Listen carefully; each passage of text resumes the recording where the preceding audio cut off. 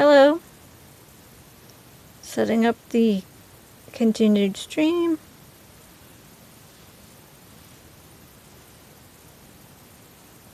I just had a stream and I noticed that the video was choppy, so I ended that one.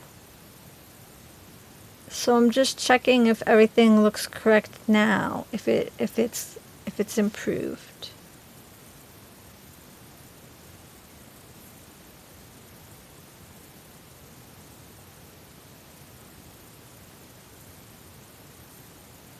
Okay, I'm looking at my dashboard. Yeah, it looks like I'm live again. So I'll try and monitor that. So I believe where I last left off, I was talking about, let's just, I think it looks like the video did record, or the stream went up to the end of chapter 11.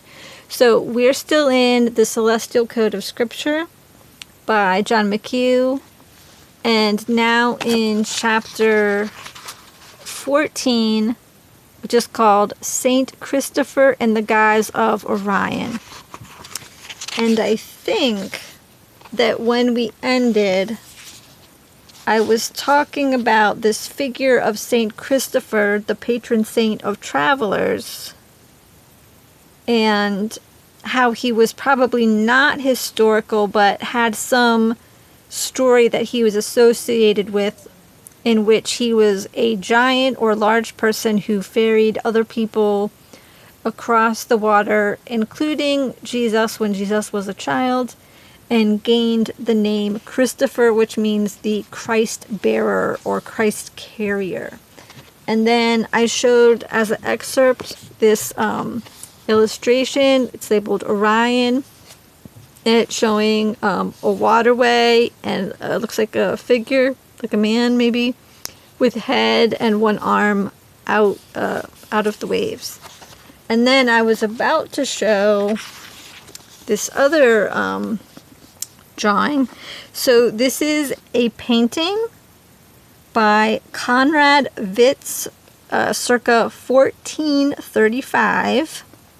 And McHugh has published this in his book, but the painting would be in the public domain anyway. It's showing Saint Christopher carrying the Christ child. So let me see if I can get that in view. So if you can see here, there's the smaller figure kind of standing on the shoulders of the larger figure. He's kind of leaning to one side. He has a hand raised that is also holding a staff that goes up here. So if I can get this to show, can I fit these both in screen at the same time? Or maybe if I go here. Can you see how, or maybe if I hold it this way. Okay, so usually when we look at Orion, we would see, oh, wait, I'm getting choppy video again. Is it good? Ugh.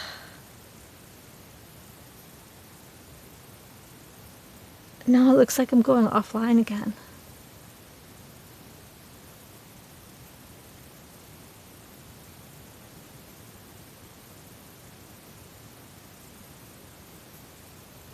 I mean, it looks like I'm live, but then it also looks like I'm not live. Okay, let me just continue and see if this all goes through, but there, if we look at Orion with the these being the shoulders of a striding figure and the belt, but you could also imagine that I don't remember the name of the star, but this one is Bellatrix.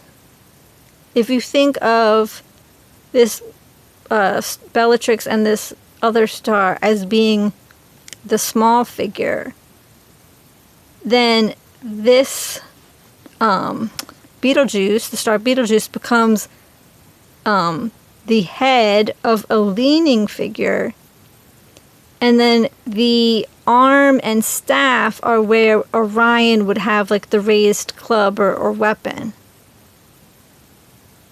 So it does kind of look like you could see this shaped figure in the constellation Orion. And yes, this would mean that Renaissance painters knew this celestial code because they knew which poses and which constellations were associated with which religious or mythological figures. And in this chapter, McHugh doesn't really use any logograms as in other chapters, but just uses that Pop-Sukal name associated with Orion again.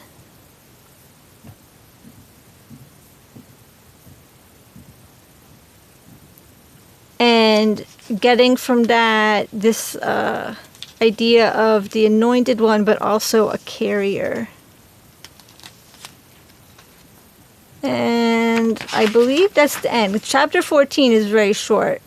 So it looks like I may still be live, but I'm going to sort of... Oh,